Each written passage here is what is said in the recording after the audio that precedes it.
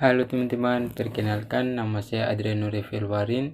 Saya dari Fakultas Ilmu Komputer, Program Studi Informatika, Universitas Kristen Indonesia Maluku dengan NPM saya 121552012300004. Di sini saya akan menjelaskan 6 materi dengan mata kuliah saya, interaksi manusia dan komputer. Materi pertama yang akan saya bahas yaitu definisi usability. Usability adalah suatu istilah orang dapat mempekerjakan alat tertentu dengan mudah dalam rangka mencapai tujuan tertentu.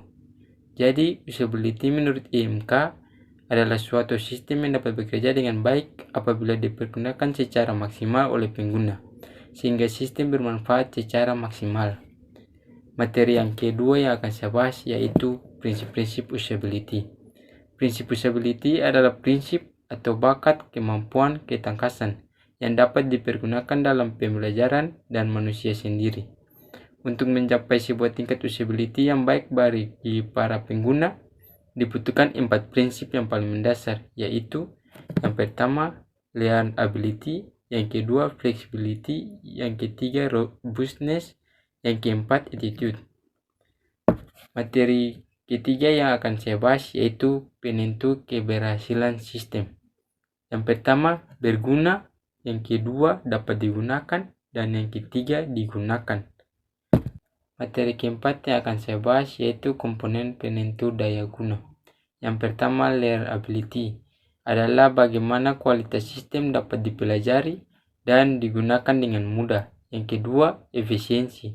Efisiensi bagaimana cara yang dapat dilakukan sistem dalam membantu pekerjaannya. Yang ketiga, mudah diingat. Mudah diingat adalah kemampuan kita dapat mengingat lagi setelah tidak menggunakan sistem dalam waktu tertentu. Dan yang keempat, kesalahan dan keamanan, sebagai perlindungan bagi pengguna terhadap hal yang tidak diinginkan dan berbahaya. Dan yang kelima, kepuasan, suatu keadaan bagi pengguna setelah menggunakan sistem dan merasa puas. Materi yang kelima yang akan saya bahas yaitu menguji daya guna.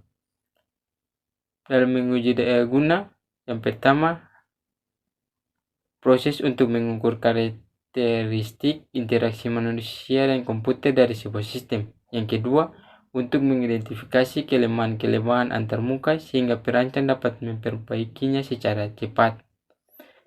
Yang ketiga, dari yang berbahaya sangat murah sampai yang mahal. Dan yang keempat, dapat dilakukan secara informal maupun menyeluruh. Di dalam menguji daya guna, ada sistem yang berdaya guna. Yang pertama, mengurangi biaya pelatihan, yang kedua, support konsumen, dan yang ketiga, meningkatkan kepuasan pengguna. Cara uji kebergunaan ada 3. Yang pertama, pemilihan kartu, yang kedua, evaluasi heuristik, dan yang ketiga, evaluasi uji skenario. Materi ke-6 yang akan saya bahas yaitu daya guna heuristik. Yang pertama, dialog yang sederhana dan alami. User interface mestilah seringkas mungkin dan bersifat natural dialog. Yang kedua, pendekatan yang harus digunakan adalah dengan hanya menampilkan perintah yang diperlukan. Yang kedua, berbicara dengan bahasa pengguna. Yang pertama, dialog seharusnya pakai bahasa dipahami oleh user. Yang kedua, menghindari perintah-perintah yang berorientasi misi atau bahasa pemrograman. Kita masuk kepada yang ketiga, mengurangi beban ingatan pengguna. User tidak dibebani mengingat atau menghafal pada saat berinteraksi dengan sistem. Yang keempat, konsisten. User interface yang terlihat dalam menampilkan suatu interface yang menghindarkan user dari kesalahan saat menggunakan suatu perintah atau fungsi untuk pertama kali. Yang kelima, sistem timbal balik. Yang pertama, sistem sebaiknya memberitahu pengguna atas segala aktivitas yang sedang berlangsung. Yang kedua, sistem yang menunggu input dari pengguna, memproses input atau menampilkan input dan lain-lain. Yang keenam, jalan keluar yang jelas.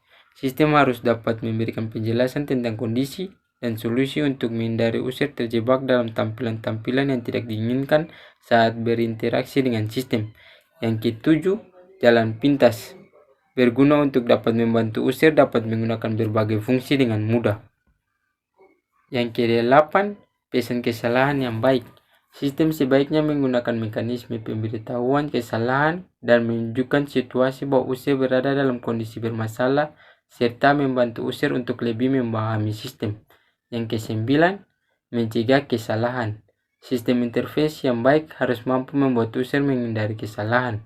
Yang ke-10, bantuan dan dokumentasi merupakan kemudahan yang diberikan dalam kebanyakan sistem, menjelaskan cara menggunakan sistem, ciri-ciri khusus sistem, dana menginginkan user untuk mengendalikan sistem lebih baik. Dan ini adalah referensi yang saya pakai.